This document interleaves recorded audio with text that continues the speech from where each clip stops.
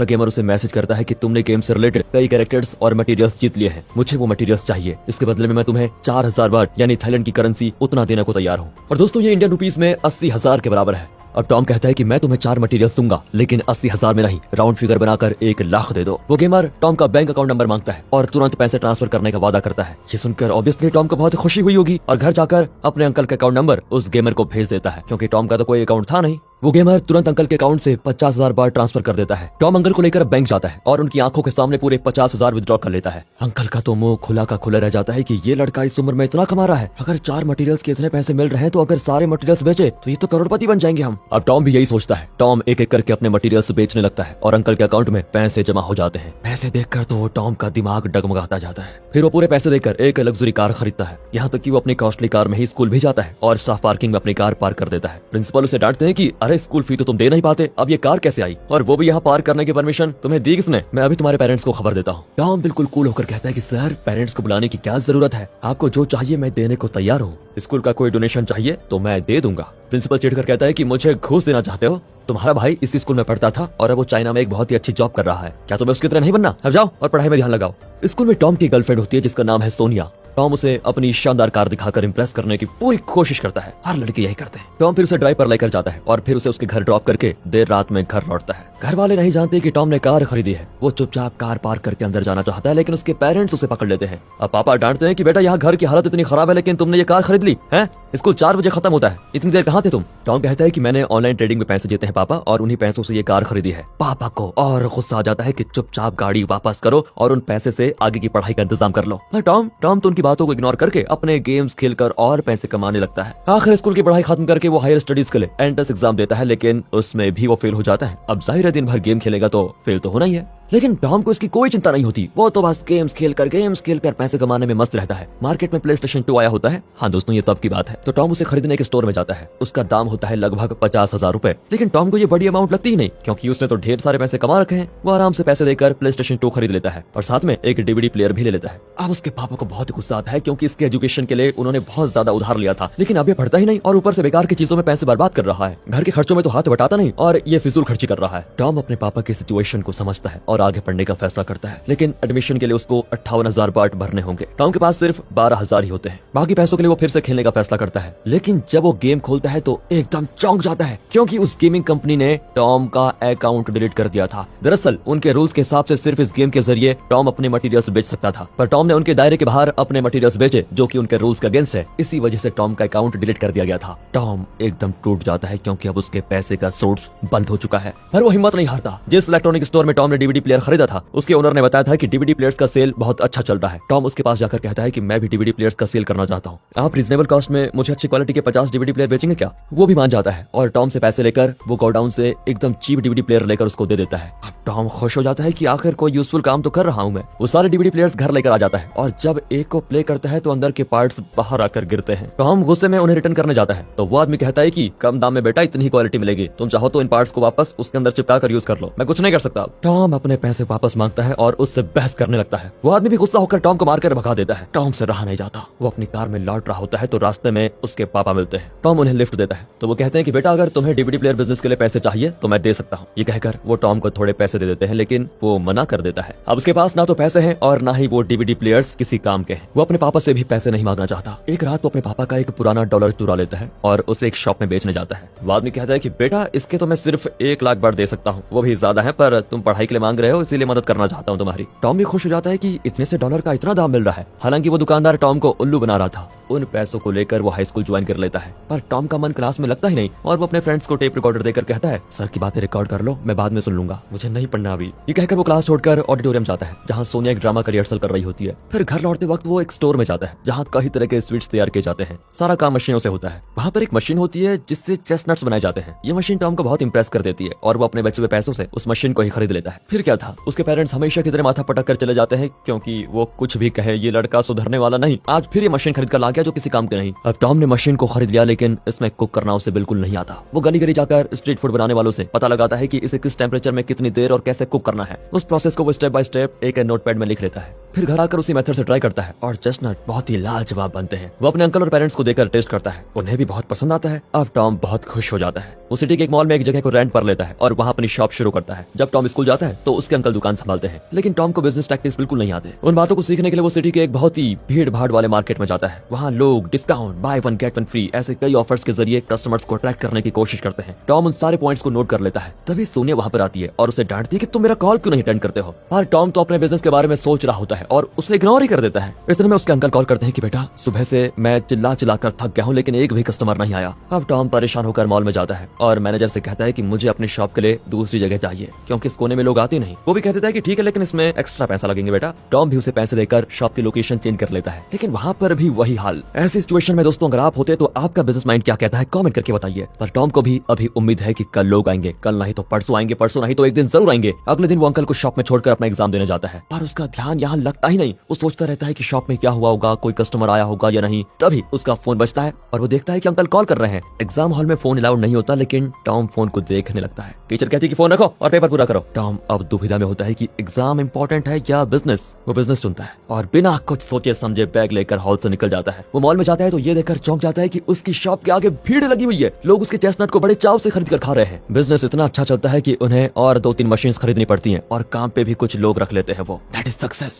एक दिन सोनिया मॉल में आती है और तब उसे पता चलता है कि टॉम स्कूल ठीक से क्यों नहीं आता और वो एग्जाम हॉल से निकल क्यों गया। वो कहती है कि तुम पढ़ाई पूरी करो वरना तुम्हारा फ्यूचर खराब हो जाएगा। टॉम कहता है कि मैं जानता हूँ मैं क्या कर रहा हूँ, मुझे किसी भी तरह अपना बिजनेस डेवलप करना है ओनली। सब कुछ बहुत ही अच्छा चल रहा होता है, लेकिन अच्छे काम में अड़चन तो आ ही जाती है। इनके मशीन से निकला हुआ धुआं मॉल की सीलिंग को खराब कर देता है। इंचार्ज आकर फिर वार्न करता है कि आज ही इसे पूरी तरह क्लीन कर दो वरना शॉप का कॉन्ट्रैक्ट कैंसिल करवा दूंगा। उस रात जब कस्टमर्स आने बंद हो जाते हैं तो टॉम उस जगह को साफ करके पेंट करने लगता है। अपने बेटे को इतनी मेहनत करते हुए देखकर टॉम की माँ भी उसकी मदद करती है। तभी सिक्योरिटी आकर कहता है कि मॉल बंद करने का टाइम हो गया है, आप कल आइए और यहाँ पर ये काम कीजिए।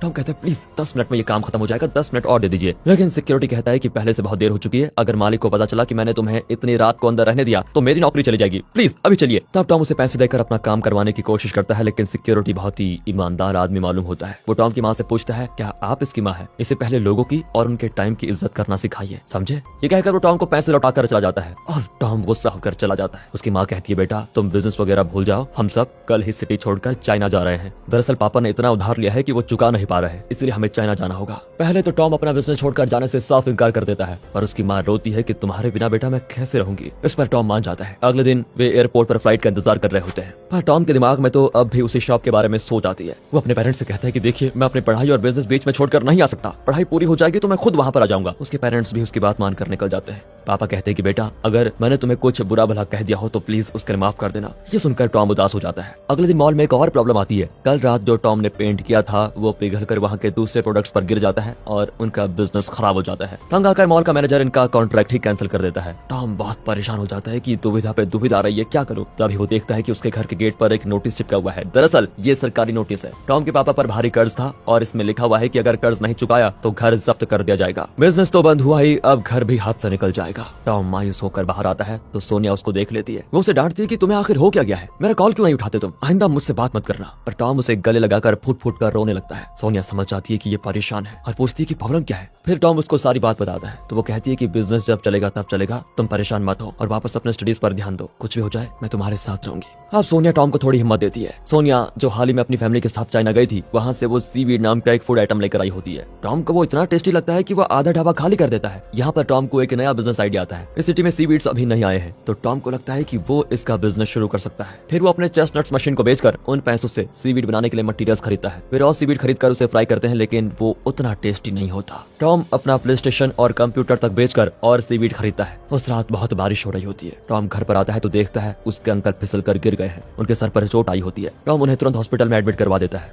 शुक्र है उनकी जान को खतरा नहीं। अब अंकल तो नहीं है उसके साथ फिलहाल, तो टॉम को सारा काम खुद करना पड़ता है। वो फिर से सारे सीवीड को फ्राई करता है, लेकिन अब भी वो टेस्ट नहीं आता। अब टॉम करे तो करे क्या करे। तभी वो नीचे पड़ा हुआ एक सीवीड पैकेट देखता है जो कल रात बारिश में भीग गया था। बाकी तो बर्बाद हो ही गया, चलो इसे भी फ्राई करके देख लेते हैं। ये सोचकर वो उस बचे हुए पैकेट को फ्राई करता है। टॉम ने बिल्कुल भी एक्सपेक्ट नहीं किया था कि ये इतना टेस्टी होगा। तब टॉम सीखता है कि इसके टेस्ट का रहस्य है नमी। नमी हो तो इसका टेस्ट उभर कर आता है। अब टॉम अंकल को ये खुशखबरी सुनाता है और उन्हें एक सीवीड टेस्ट करने के लिए देता है। एक बाइट लेते ही अंकल एकदम खुश हो जाते हैं। अब ये लोग नया बिजनेस शुरू कर सकते हैं। टॉम उसी मॉल में फिर से परमिशन लेकर सीवीड का शॉप लगाता है। यहाँ के मार्केट में सीवीड को उतना बढ़ावा नहीं दिया जा रहा था तो इनका प्रोडक्ट सबको नया लगता है। इसे टेस्ट करके सब इसे खरीदने लगते हैं। फिर से इनका बिजनेस जोरों शोरों पर चलने लगता है। टॉम का अब एक ही लक्ष्य बन चुका है कि वो इतने पैसे कमाएगा जिससे कि उसके पापा का वो घर वापस इन्हें मिल जाए और फिर उस घर में अपने पेरेंट्स के साथ हो रहे। टॉम के बर्थडे पर उसकी माँ कॉल करके विश करती है और पूछती है बेटा स्कूल कैसा चल रहा है और एग्जाम्स कब है। टॉम झूठ कहता है कि माँ सब कुछ अच्छा चल रहा है और जल्दी एग्जाम्स भी हो जाएंगे। हालांकि वो तो स्कूल जा ही नहीं रहा था,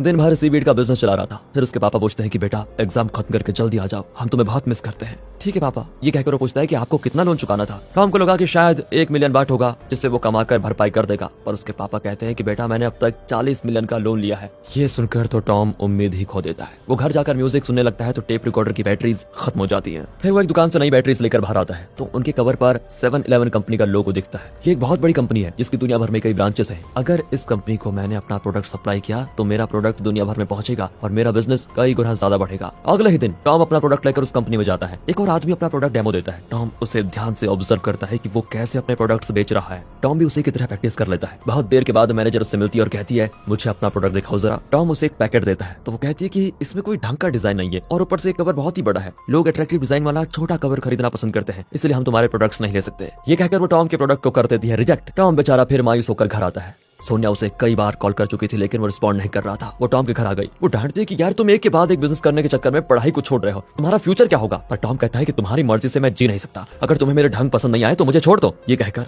वो कुछ समय गेट बंद करके चला जाता है। इस बात पर दोनों के बीच दरार पड़ जाती है। अब टॉम एक एजेंसी में जाता है जो पैकेजिंग करती है। टॉम फिर उन्हें अपने प्रोडक्ट के बारे में बताता है और अपने प्रोडक्ट के लिए एक अट्रैक्टिव और छोटा कवर डिजाइन करने को कहता है। उन कवर्स को वो अपने प्रोडक्ट को पैक करके वो फिर 7-Eleven की मैनेजर से मिलने जाता है, लेकिन वो शाम तक टॉम को इंतजार करवाती है। टॉम समझ जाता है कि वो जानबूझकर उसे अपॉइंटमेंट नहीं दे रही। वो तंग आकर वहां से निकल जाता है और लिफ्ट में सिक्योरिटी को पूरा बॉक्स देकर चला जाता है। लिफ्ट में रखे बॉक्स को उस कंपनी के कुछ एम्प्लॉयज देख लेते हैं और एक पैकेट खोलकर खाते भी हैं। उसका टेस्ट सभी को पसंद आता है और देखते देखते लगभग सारे पैकेट्स खत्म हो जाते हैं। आखिर में जब मैनेजर घर जा रही होती है तो लिफ्ट में सिर्फ एक पैकेट बचा होता है। मैनेजर उसे टेस्ट करती है तो हक्की बक्की रह जाती है, इतना बढ़िया टेस्ट। अगले दिन वो टॉम को इनवाइट करती है और अपने मीटिंग में कहती है कि ओके हम सब तुम्हारा प्रोडक्ट टेस्ट कर चुके हैं और वो लाजवाब भी है, हम तुम्हारे साथ बिजनेस करना चाहते हैं। टॉम की लगन और नेवर गिव अप एटीट्यूड आपको इंस्पायर करता है दोस्तों, तो वीडियो को लाइक जरूर कीजिए। मैनेजर कहती है कि 1 महीने में हमें 72,000 पैकेट्स चाहिए, क्या तुम रेडी कर पाओगे। टॉम एकदम दंग रह जाता है क्योंकि उसने वो बॉक्स गुस्से में सिक्योरिटी को दिया था। उसे आइडिया ही नहीं था कि उसकी बदौलत उसको ऐसा मौका मिलेगा। वो कहती है कि कल हम तुम्हारी फैक्ट्री में चेकिंग करने के लाएंगे, सब कुछ साफ सुथरा है कि नहीं ये देखेंगे, फिर हम कॉन्ट्रैक्ट साइन कर लेंगे। ये सुनकर तो टॉम नर्वस हो जाता है क्योंकि वो अपने घर के पीछे एक छोटी सी जगह में स्टोव रखकर ये सीवीड तैयार कर रहा था। ये लोग तो फैक्ट्री देखना चाहते हैं और इसी फैक्ट्री को रेडी करने के लिए वो बैंक में लोन लेने आया है। यही सीन मूवी की शुरुआत में दिखाया गया था जो कि प्रेजेंट टाइम है। इसकी हिस्ट्री सुनकर बैंक मैनेजर उसे लोन तो देना चाहता है लेकिन रूल्स के अनुसार 20 साल से कम उम्र के लड़के को बिजनेस लोन नहीं दिया जा सकता।